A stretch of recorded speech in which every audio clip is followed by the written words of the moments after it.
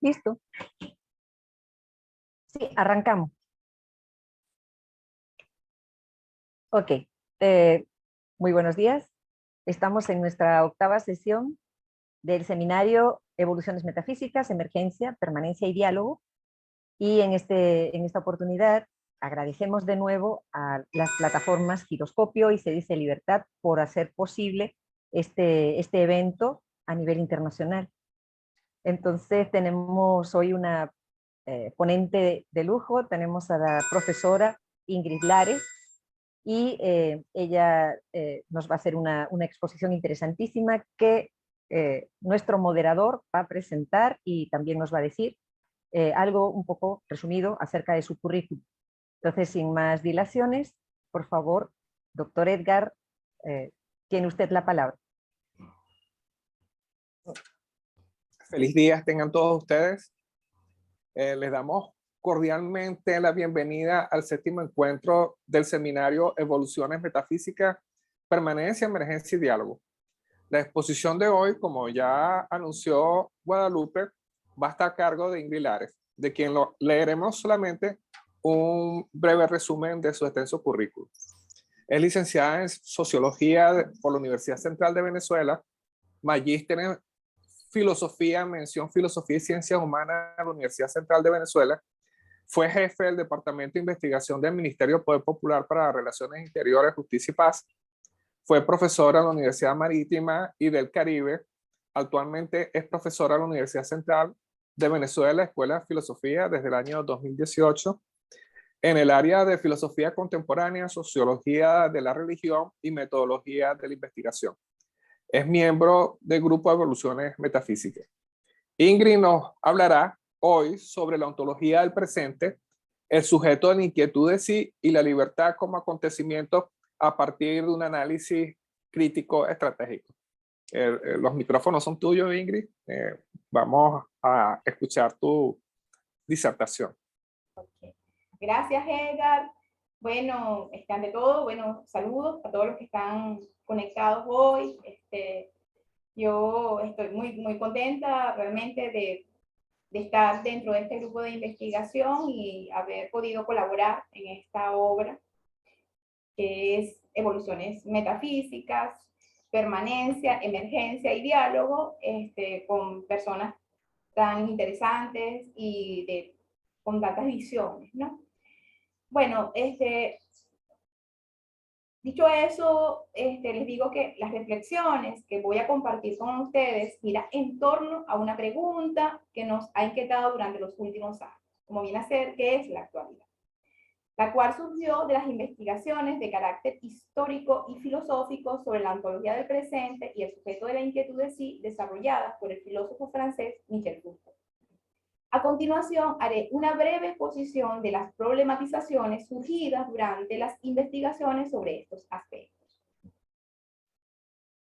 Como se sabe, Michel Foucault comenzó sus investigaciones haciendo una crítica a la sociedad moderna a partir de las disciplinas humanas o sociales, llámense estas psicología, sociología, antropología o criminología, para nombrar algunas, encontrando en los fundamentos, objetivos y alcance de estas disciplinas o poder disciplinario la necesidad de encauzar, reprimir o eliminar todo aquello que no fuera racional en el hombre en detrimento de lo animal.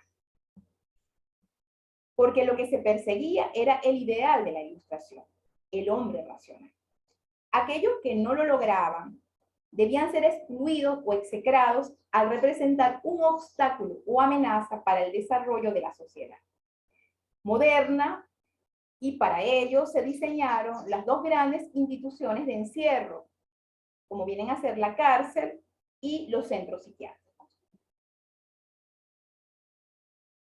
Esto es, a grandes rasgos, los criterios manejados por Foucault durante muchos años. Sin embargo, en 1975, en su obra Vigilar y Castigar, prevé un desplazamiento del poder de disciplinar, es decir, convertir al hombre en un ser útil y dócil, hacia formas mucho más sofisticadas, como es el poder de controlar al hombre en su totalidad.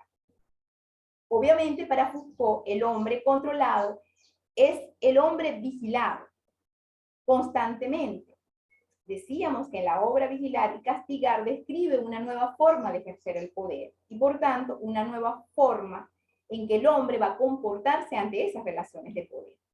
Este nuevo poder es extraído del concepto panóptico, una visión total, donde entendió que la necesidad de controlar iba a ser mayor en las sociedades modernas que la de disciplinar.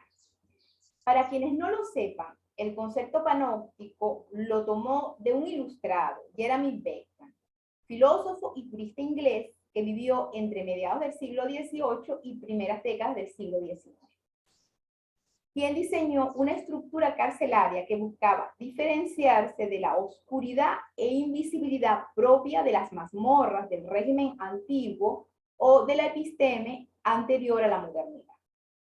Dicho diseño consistía en una estructura circular donde estaban las celdas y en el centro de la torre central el vigilante, permitiéndole visualizar a cada uno de los reclusos sin que estos pudieran ver, los cuales, al no saber si estaban o no siendo observados, les influía la sensación de estar siendo vigilados constantemente. Estas características, claridad y visibilidad, según Foucault, llevaron al poder disciplinario a ir más allá de corregir, encauzar y disciplinar a los individuos, como es la de vigilar y controlar a la sociedad en su totalidad. Al año siguiente de esta obra, Foucault publica Historia de la Sexualidad 1, que llevaba como subtítulo La voluntad de saber, donde queda expresado, según nuestros criterios, las consecuencias ulteriores reveladas a partir de lo panóptico, de ese poder que más que disciplinar era controlar. Este nuevo poder lo llamará Foucault biopoder. Este poder develado de sus investigaciones tiene como objetivo la población, pero la población pensada como especie. Por ello se dirige a problemas como natalidad, longevidad, morbilidad, mortalidad o asuntos que implican más al dominio o perfección de la población que a los individuos. En otras palabras, las poblaciones humanas son reducidas a lo biológico. En esta obra, él observa que estas formas de poder en Occidente se llevó a cabo de forma desnuda, sin ningún tipo de cortapisa, por los regímenes totalitarios surgidos en el siglo XX. Se refiere puntualmente en esa obra al nazismo y al comunismo soviético, subrayando que a pesar de sus diferencias ideológicas o discursivas y que históricamente se les ha contrapuesto, en ambos se ejerce el exterminio selectivo en pro de un sujeto o un tipo de población ideal. Por tanto, lo que queda por fuera de ese ideal es susceptible de ser eliminado. Por ejemplo, para los soviéticos, su ideal, en el sentido de cumplir un papel histórico, era el hombre revolucionario o el proletariado consciente, presentándose como obstáculos para tal desarrollo teleológico los antirrevolucionarios, entre los que se incluían liberales, nobles, burgueses y homosexuales, pasando a ser estos grupos sociales no solo perseguidos, sino sistemáticamente eliminados en los famosos gulags. Ahora, en el nazismo alemán, ese papel histórico lo desempeñaba la raza aria, también llamada la raza superior o del superhombre, convirtiéndose en este caso en objetivos a exterminar los gitanos, judíos, comunistas y enfermos mentales. Lo terrible de todo esto es lo que subyace en una y otra ideología, la de preservar a la especie humana. Entonces, la eliminación de cualquier individuo o grupo por su origen étnico, cultural o ideológico, es decir, eliminar todo pensamiento o existir contrario al ideal biológico perseguido, es una necesidad y se convierte en un deber histórico eliminar a la otredad, a la diferencia, a todo aquello que amenaza la mismidad. Con lo anterior, se eventualiza que tanto el biopoder y la biopolítica son formas camaleónicas de ejercer el poder en Occidente. Ejercicio del poder que en los dos casos señalados fueron llevados a sus máximas consecuencias. Es la cara oculta del biopoder, la tanatopolítica. No deja de ser intrigante, por lo menos para mí lo fue, que en la obra donde se describe un poder como el biopoder, también en ella se hable de las tecnologías del bio, las cuales describe como una forma de ejercer el hombre poder sobre sí mismo. Que en la voluntad de saber confluyan estas dos ideas me hizo pensar que para ese momento Foucault tenía dos caminos a seguir en sus investigaciones. Uno era el del biopoder y la biopolítica, que fue el que tomó. El otro era el de las tecnologías del yo, el cual transitaría en los últimos años de su vida. ¿Por qué considero que esta disyuntiva es relevante? Porque permite comprender el posterior análisis que hará Foucault sobre el gobierno de sí y de los otros. Sobre el camino del biopoder podemos decir que lo llevó a indagar el origen y las características de este poder propio de Occidente, fuera de las fronteras de la epistema moderna, la cual había sido básicamente donde se había movido Foucault, entendiendo que fue un largo proceso el que determinó la forma en que se entiende el gobierno de los hombres y la población, quedando configurado para este autor a partir de la forma de lo que él llamó poder pastoral. Y este poder pastoral se entiende en el sentido de pastor y rebaño.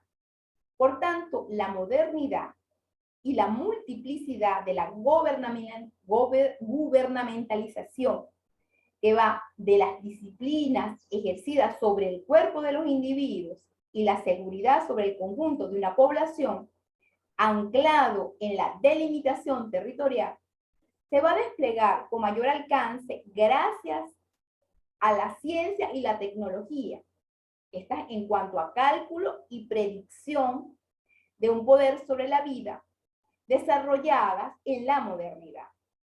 Toda la genealogía que realiza para profundizar en esa tecnología propia del biopoder lo conduce irremediablemente al problema del poder.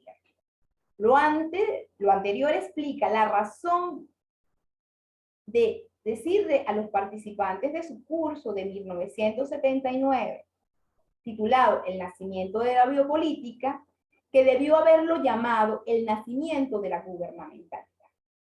3 años después de ver en su obra y en sus trabajos las implicaciones del biopoder, la posibilidad del exterminio a favor de la especie humana puesta en práctica por nazis y comunistas, y nosotros le agregaríamos que las bombas atómicas lanzadas sobre Japón partían de la misma justificación, Foucault abandona este camino con la siguiente reflexión.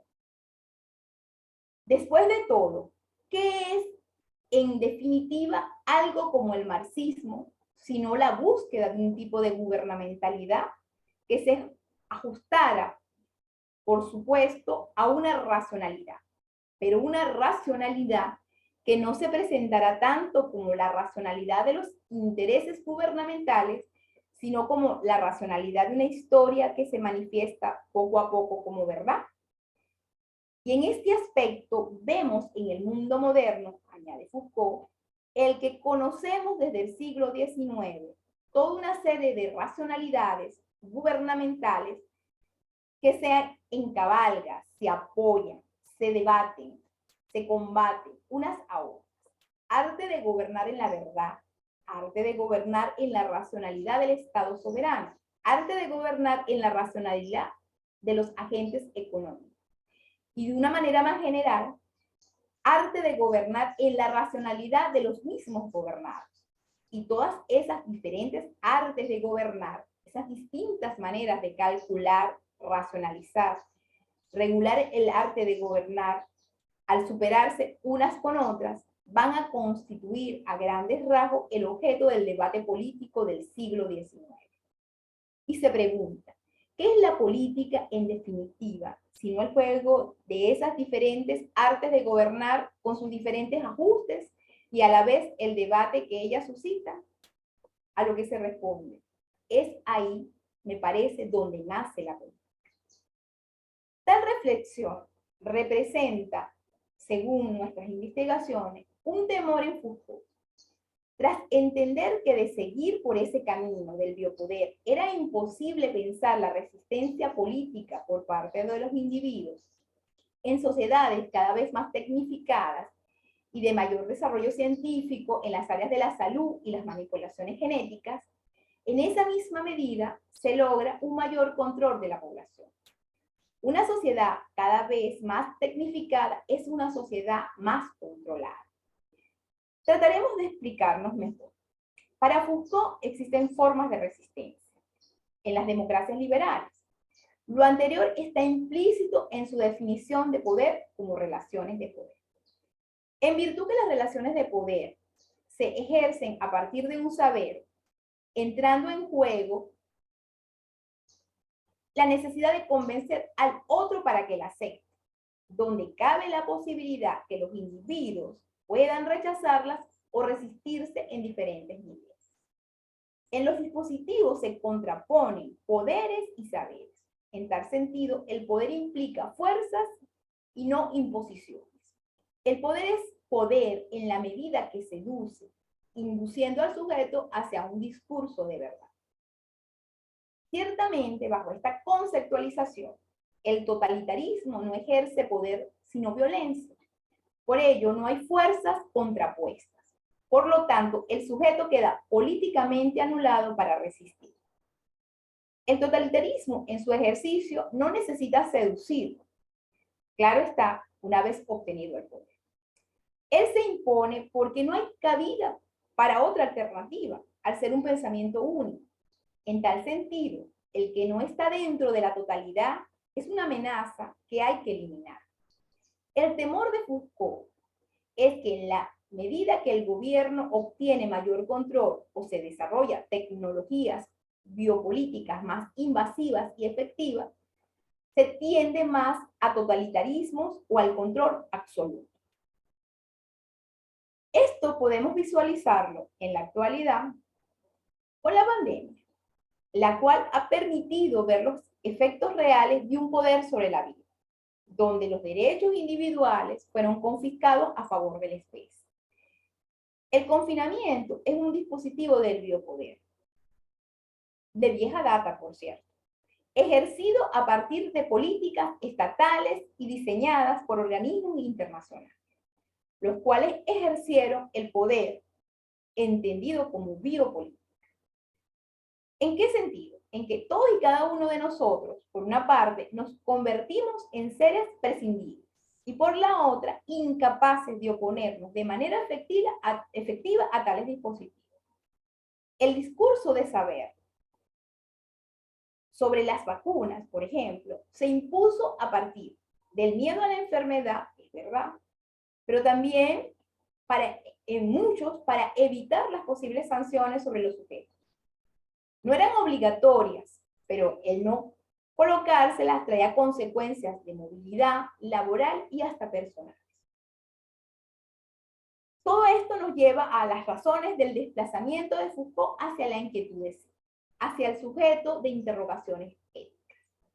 Por una parte, el pensador francés, al entender que el sujeto que busca en la política reivindicaciones o en las disciplinas un conocimiento sobre sí, termina siendo más disciplinado y controlado, así como la imposibilidad creciente de resistencia de los sujetos a la biopolítica y a los sistemas de control absoluto, terminan por hacerlo ver que hay que buscar otra alternativa. Esa alternativa le va a venir de la influencia que ejercieron en su pensamiento la pregunta de la actualidad a partir de la pregunta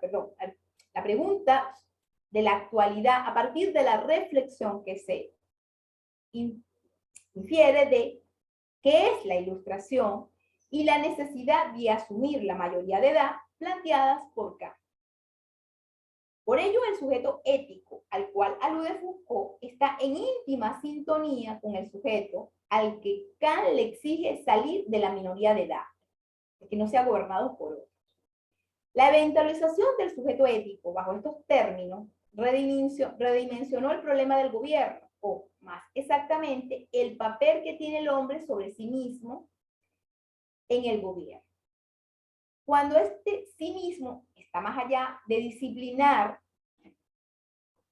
que estudian, definen y clasifican a los sujetos como especie de individuos, penetrando los ámbitos tanto públicos como privados, más allá de que los otros impongan el gobierno desde afuera, más allá de que existan gobiernos de otros sobre sí, más allá de eso, cabe la posibilidad de autogobernarnos, exigiendo una salida, una liberación que implica responsabilizarse y pensar por sí mismo.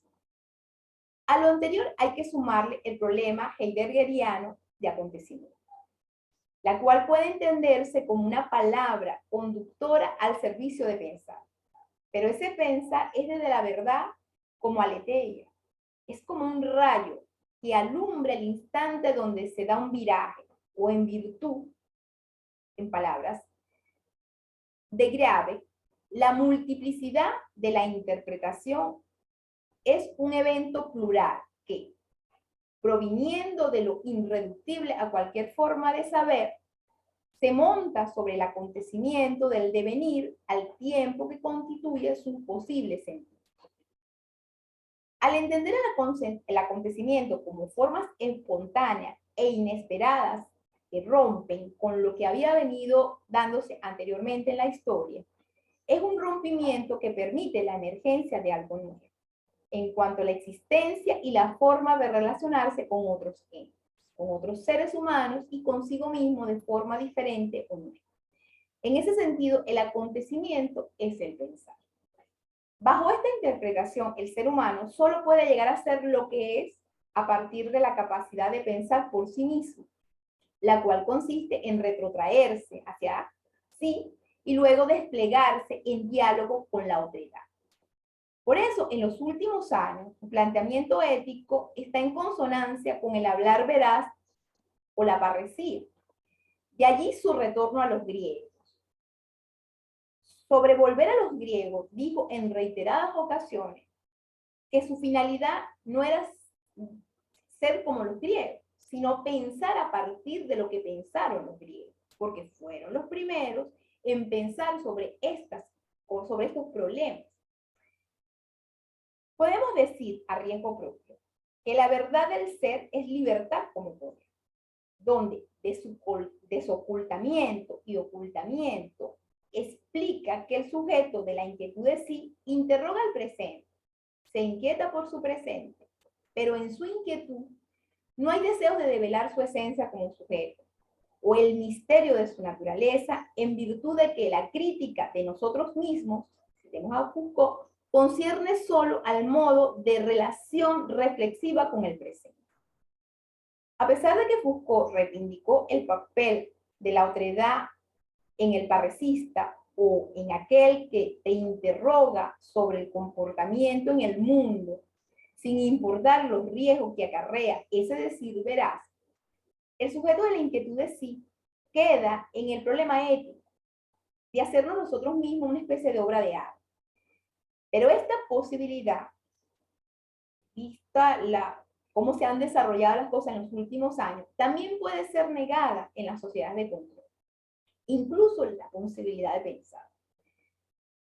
Actualmente cabe preguntarse lo que dejó Foucault en el tintero, si nuestro existir va a conjugar dentro de una totalidad o pensamiento único, quedando otras formas de pensamiento sin la posibilidad de desplegarse, con lo cual el entendernos a nosotros mismos queda negado sin la otredad.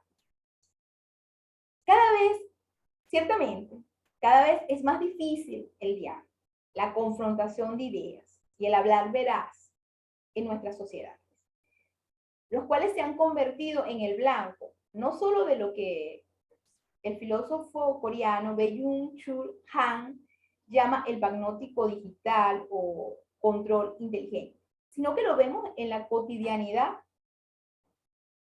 en una actualidad que se torna cada vez más totalitaria al relacionarnos solo con lo que nos gusta o con lo que nos sentimos bien o a gusto, aquello que no nos trae contradicciones. Es decir, nuestro existir lo define la mismidad. Y lo que debe llamar la atención, eso siempre se lo digo a mis alumnos, en la medida en que estas nuevas relaciones de poder se vayan normalizando o naturalizando, se corre el riesgo de asumir que siempre ha sido así por las generaciones venideras. Es por ello que se hace urgente y prácticamente un reto repensar esta nueva realidad dentro de qué posibilidades cabe. Y uno se puede decir, bueno, el espacio o ámbito público puede ser una forma que nos permita no solo diferentes formas de pensamiento, sino que logre el diálogo entre diferentes experiencias y vivencias en un dar de sí en convivencia. Y este dar de sí puede ser desde lo ético, desde lo científico, desde lo religioso, estético o místico.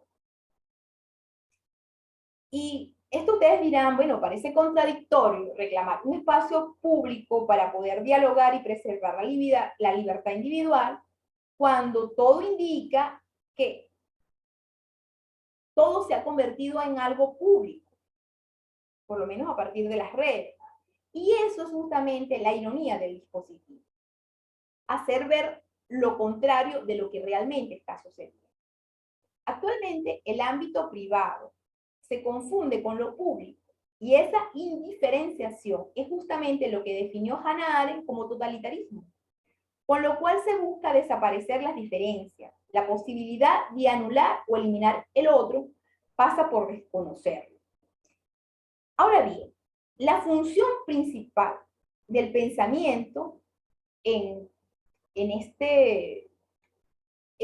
que me ha venido a mí, en estas investigaciones que han venido desarrollándose en mi persona, la búsqueda de un sentido o significado, y de modo que su aparición no es la consecución de la verdad, en sentido del pensamiento, sino la comprensión. Ese pensamiento viene a ser la comprensión del significado o el otorgamiento de sentido, donde la emergencia o lo experiencial como ámbito de lo individual y los fragmentos del pasado y de las transformaciones históricas que se han dado es la permanencia, y confluyen o se articulan en cuanto sentido entre emerger y permanecer. La libertad necesita, para poder manifestarse plenamente, según Arendt nuevamente, que nos demos un mundo organizado políticamente en el que cada ser humano se inserte de palabra y obra.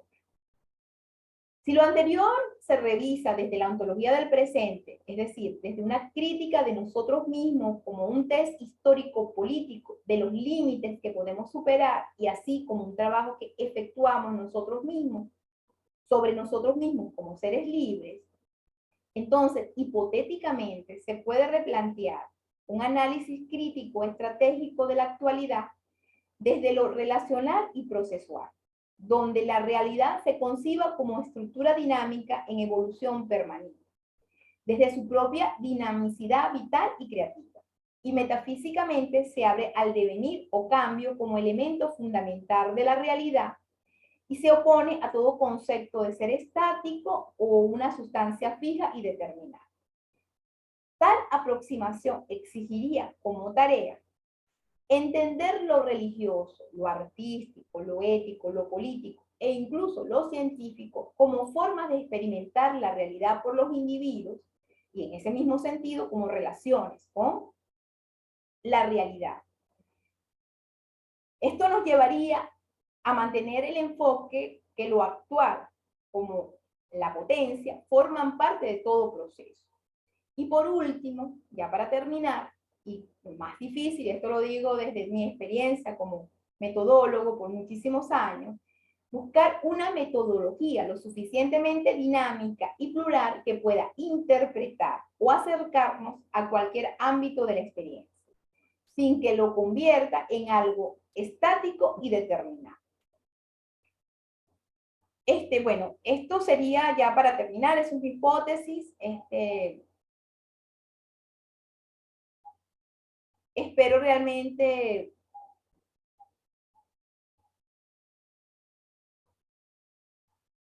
que se haya podido entender lo que quería exponer.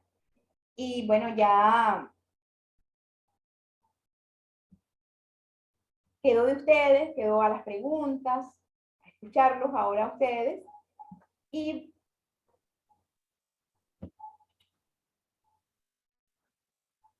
bueno, Ingrid, muchísimas gracias por la excelente exposición. Aquí tenemos un grupo de preguntas ya que han ido armando los oyentes, ¿no? La primera la hace Wolfgang. Él pregunta, ¿realmente en Occidente está el sujeto anulado para enfrentar políticamente las relaciones de poder? Y después pregunta otra vez, son dos preguntas. ¿Qué posibilidades de libertad tenemos los que estamos fuera del régimen de libertades de Occidente? bueno, saludos al profe. En relación a la primera pregunta, desde el punto de vista de la totalidad, pareciera que es muy difícil replantearse lo político, y de hecho estoy hipotéticamente planteando una posibilidad de crear un espacio público.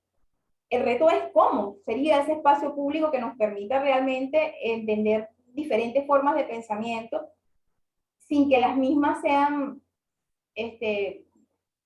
contrapuestas, sino que más bien sean tratar de entenderlas. Porque cuando hablo de una, vamos a decirlo así, de una experiencia del individuo en cuanto a relacionarse con la realidad, es algo que vamos a decirlo así, algo que nos puede de alguna manera, la palabra sería conmover en todo el sentido que nos permita o nos va a hacer ver o tener una mirada diferente con relación a la realidad. O sea, no podemos pensar, cuando yo estoy hablando de experiencias, en el sentido heideggeriano, no estoy hablando de una experiencia que viene de afuera, sino una experiencia que parte del individuo, o sea, una forma de relacionarnos con la realidad. Por eso digo que es como una forma de comenzar a respetar todas esas formas de realidad.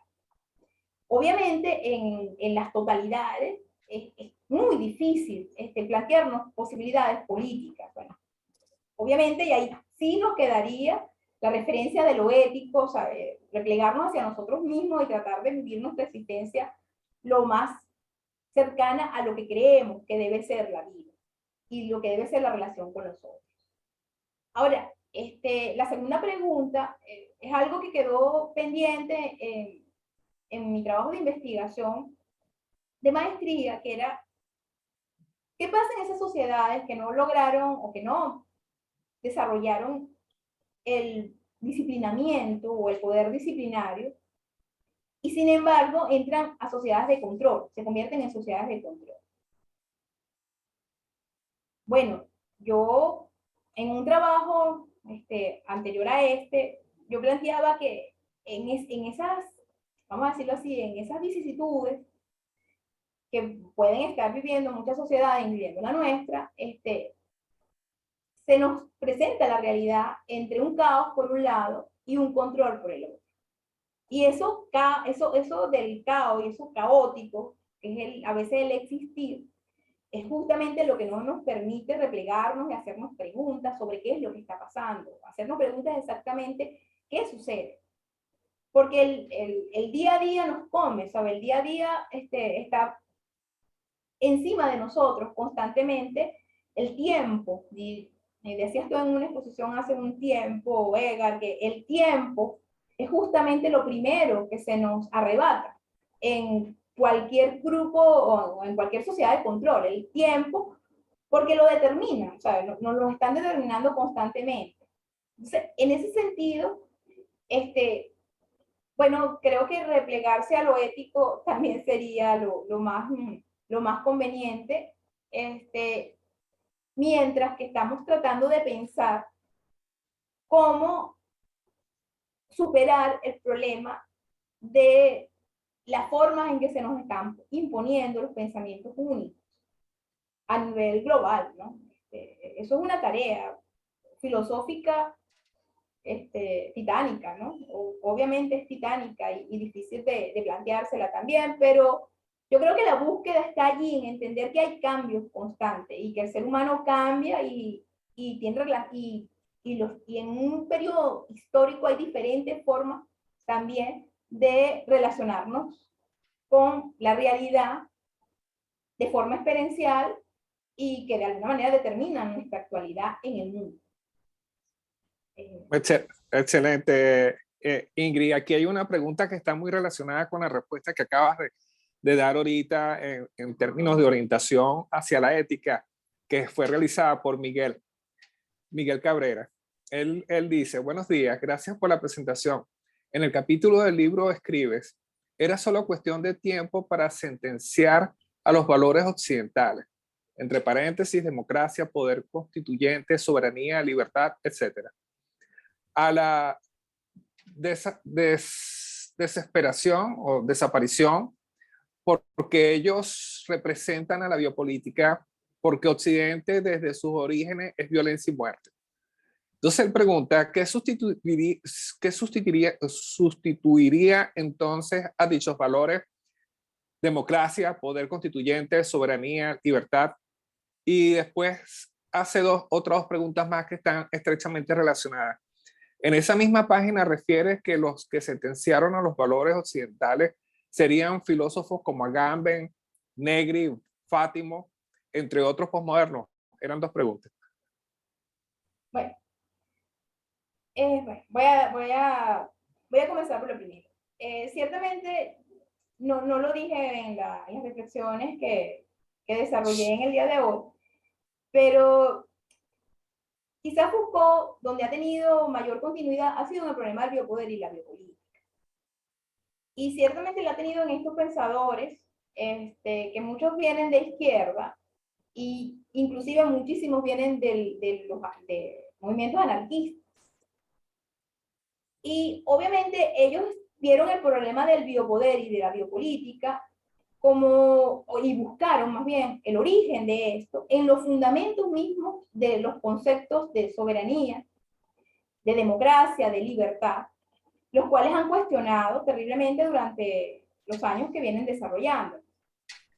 Y han planteado como posibilidad, cosa que yo he criticado en otras oportunidades, han planteado como posibilidad que para salir de esto se creen movimientos constituyentistas, ¿no? O sea, ir con las constituyentes a nivel, y nosotros en Venezuela, lamentablemente, hemos vivido los efectos de lo que puede llevarnos una constituyente cuando la misma está previamente determinada por un ideal político. Las constituyentes se convierten a la final en el juego político por excelencia para imponer una forma de pensamiento único o una forma de estructuras políticas que restringe la posibilidad del desarrollo de otras formas de poder, o mejor dicho, de otras formas de política y obviamente de relaciones de poder. Entonces, estos autores, obvio, han condenado absolutamente todos los principios y los conceptos de Occidente como que no tienen ya cabida. Y bueno, yo creo que una cosa es buscar los orígenes y dónde de alguna manera se fueron desviando, y otra cosa es ya condenarlos. Porque obviamente, decía el profesor Eri cuando le tocó exponer, bueno, ciertamente conceptos como libertad, democracia y soberanía, tienen muchas definiciones. No obstante, buscar el origen de esos conceptos, buscar en los griegos, de alguna manera, cómo entendieron ellos esos conceptos, no para verlo como vivieron los griegos, sino para interpretar el alcance o lo que ellos estaban buscando en ese momento y replanteárnoslo ahorita. Porque por lo menos el problema con las redes es que para mí las redes cada vez son más totalitarias. Y uno no lo ve así, sino que sencillamente en la medida en que las redes sociales tienen unas formas, vamos a decirlo así, nos presentan como tipos de algoritmos, donde todo lo que no nos gusta, todo aquello que nos puede incomodar, queda por fuera, y lo podemos dejar por fuera fácilmente. En esa misma medida, nosotros como personas estamos perdiendo la facultad, o como seres humanos pensantes, estamos perdiendo la facultad de dialogar, estamos perdiendo la facultad de escuchar cosas que de alguna manera nos puedan inquietar. Y aquí es donde entra el concepto que no lo dije en la exposición, un concepto que también trajo Foucault de la edad clásica, de la edad griega, que es el de Estulpia. O sea, ese ser que va al vaivén de lo que le digan, sin realmente tener ninguna atadura con algún tipo de concepción por sí mismo de su existencia, ¿no? Y eso, de alguna manera, es lo que uno está viendo con las redes. Pero creo que vamos a decirlo así, la solución política que le han dado estos autores, que nombraba Miguel, por lo menos por mi parte, no son los más adecuados. O sea, tenemos que replantearnos eso porque de alguna manera la humanidad ahorita está presionando sobre ideas que aparentemente son diversas, pero que para mí esa diversidad fraccionada o fragmentada responde a una búsqueda, a un pensamiento único a la final, ¿no? Eso ha sido vamos a decirlo así, mi inquietud hace muchos años también, y que representa para mí un poco lo que es la actualidad, entre conceptos totalitarios y la fragmentación como una cara, como la otra cara del totalitarismo también. No sé si con eso respondo la inquietud de Miguel. Ok, fíjate, aquí hay otra cosa, ya que tú estás hablando de los fundamentos teóricos, tanto de la perspectiva tuya como la perspectiva de Foucault, que hace que él se refiera a la Grecia clásica. Marcel tiene una pregunta más o menos relacionada.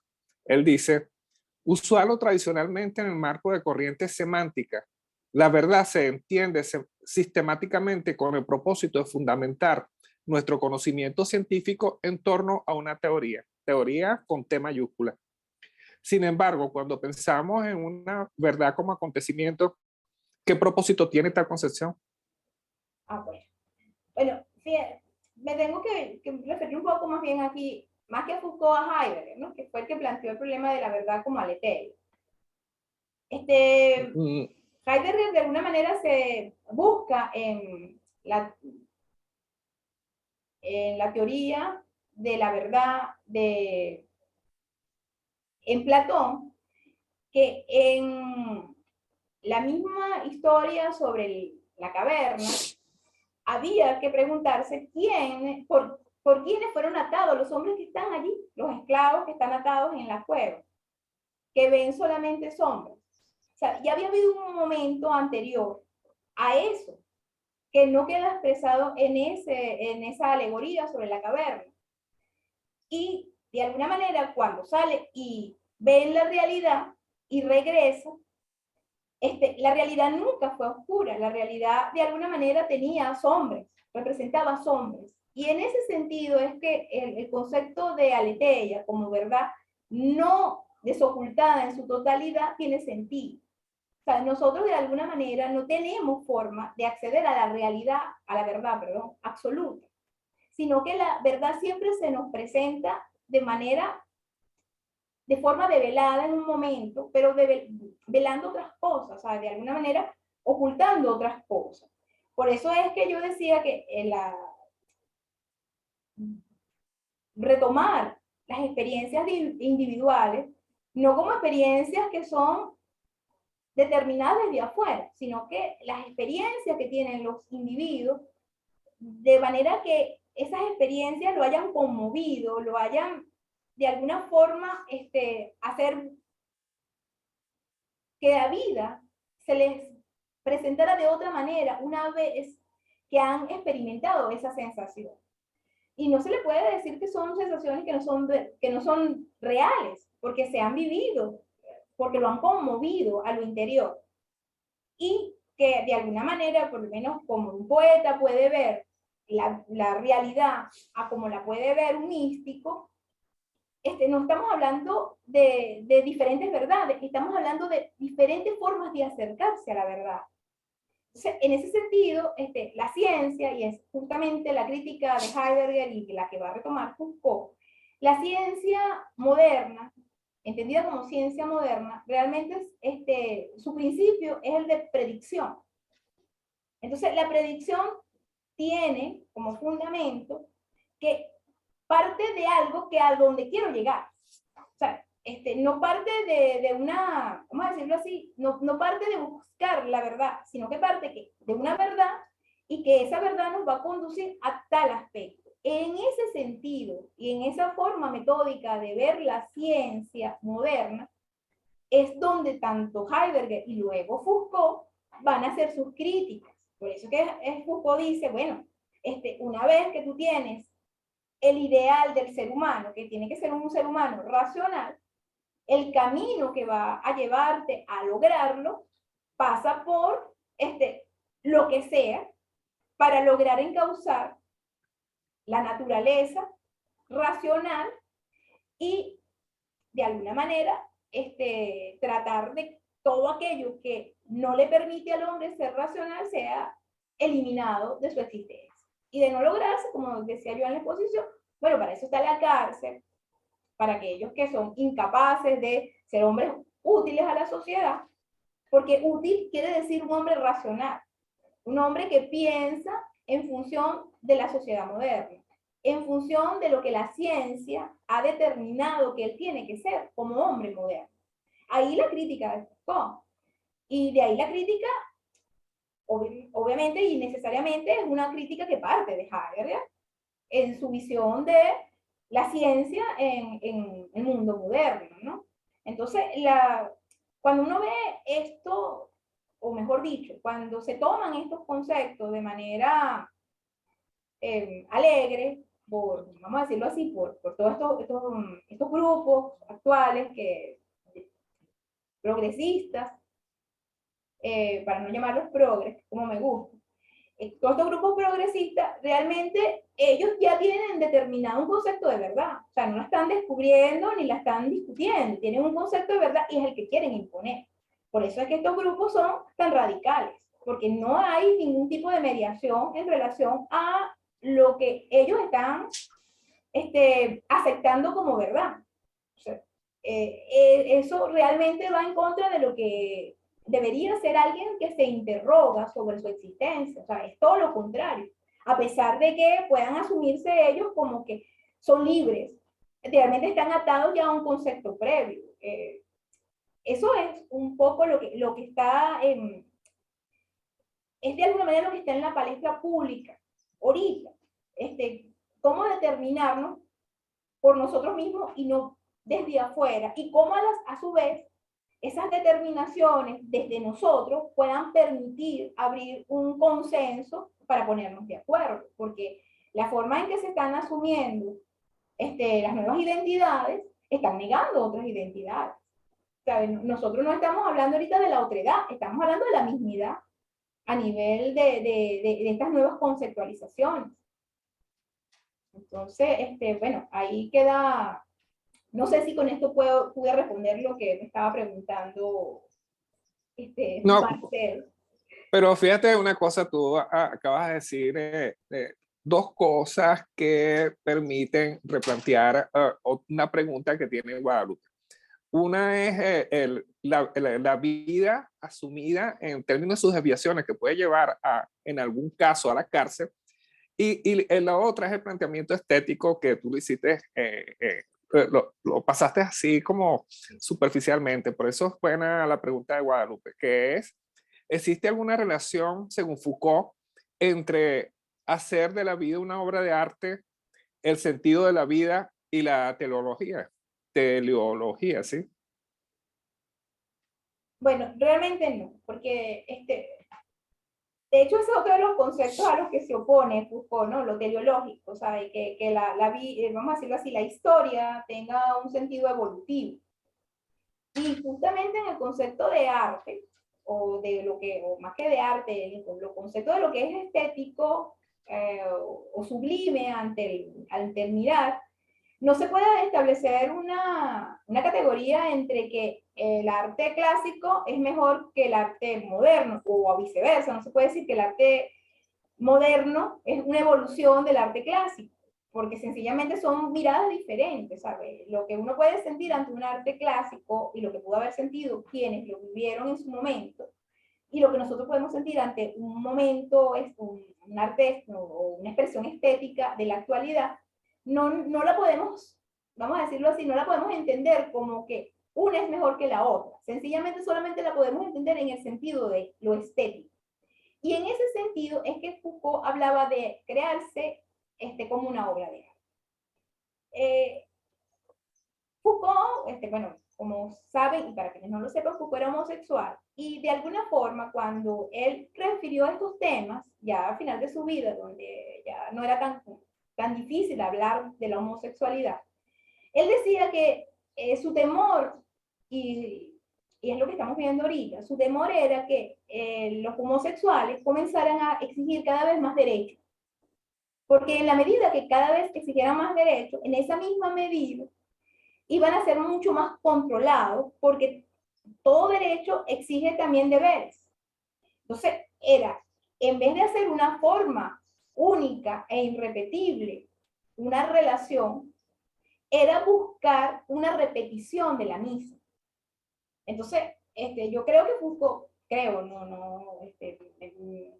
por lo que yo he leído y por los comentarios que él hizo en relación a eso, creo que Foucault hubiera estado muy en desacuerdo en que se buscara el derecho a otorgarle un matrimonio, porque un matrimonio, de alguna manera, es como una réplica de un matrimonio heterosexual. O sea, ya no estás creando algo nuevo, sino que estás repitiendo lo que ya otro tipo de relaciones diferentes a las relaciones que se pueden dar entre los homosexuales estaban haciendo.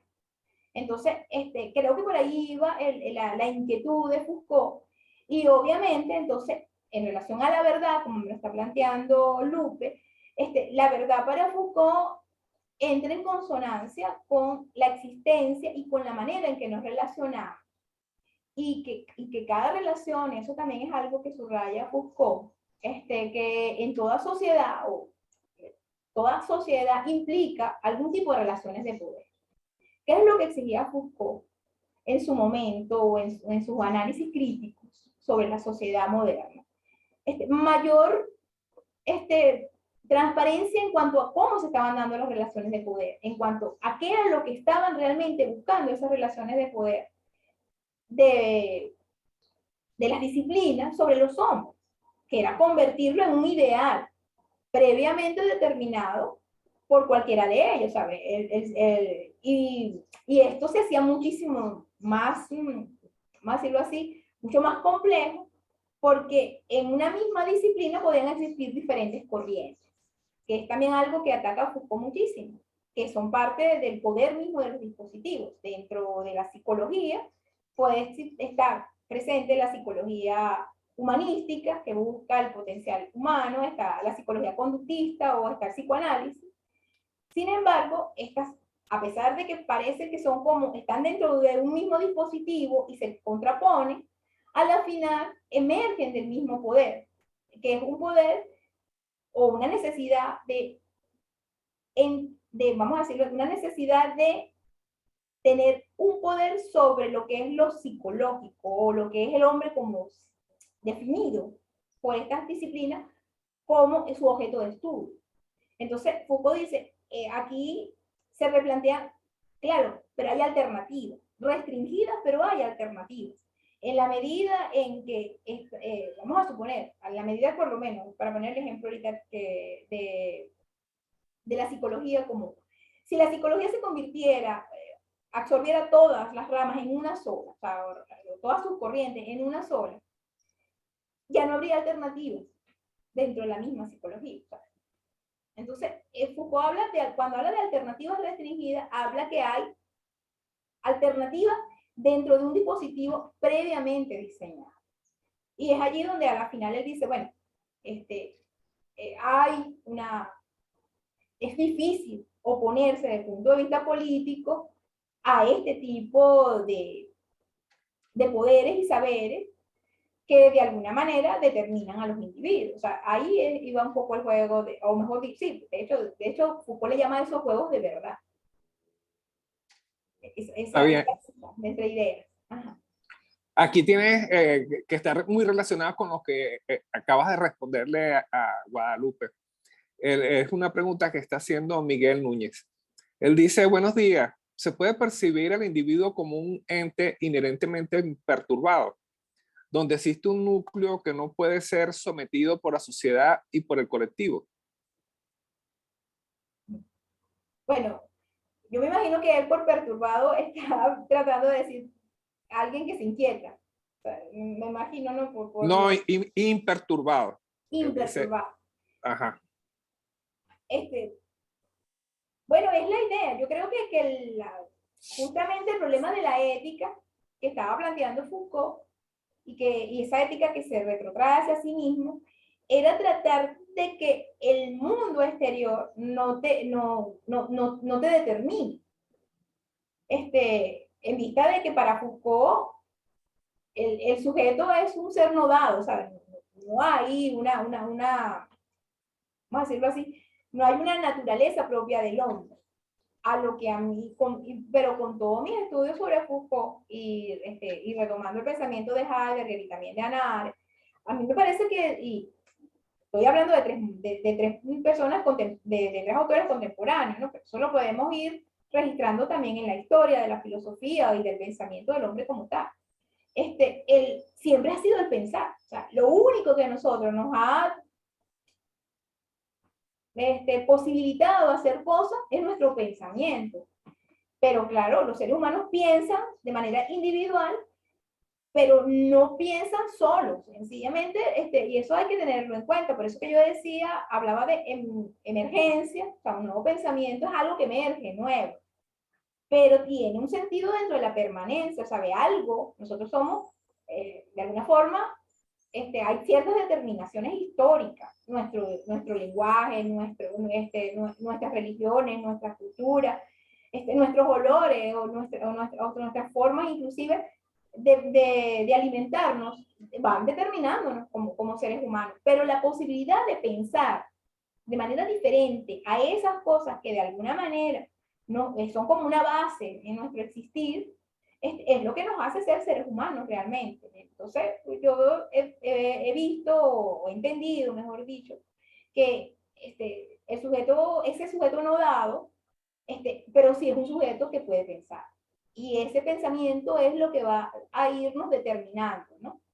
Y aquí está, vamos a decirlo así, la preocupación. Si dejamos de pensar, ¿qué va a suceder con el ser humano? O sea, si cada vez va a ser más difícil pensar, que es un poco también la preocupación que tiene Byung-Chul, si no podemos pensar, ¿a dónde nos va a llevar esto, no? Es un poco la pregunta y bueno, y ahí comienzan todas unas teorías distópicas, ¿no? Sobre la existencia humana. Bueno, Ingrid, ya estamos viendo con el tiempo.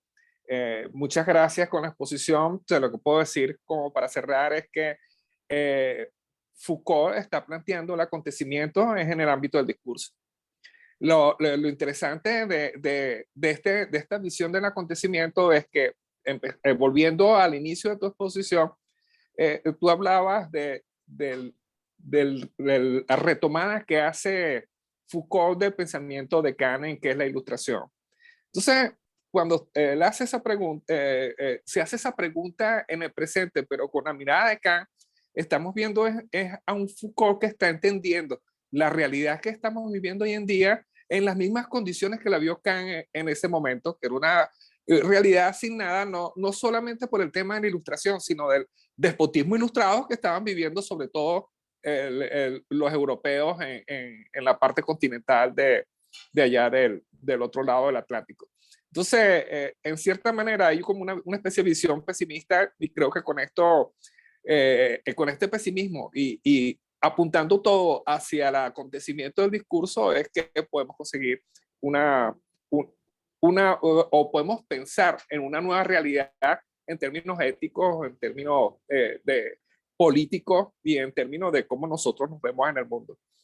Entonces, bueno, muchas gracias por tu exposición y estamos ya viendo las cosas para entender en ese contexto de posibilidades cómo Marcel nos va a hablar la semana que viene, que se pueda entender el mundo que estamos viviendo o que viene en el tiempo que está corriendo en el presente.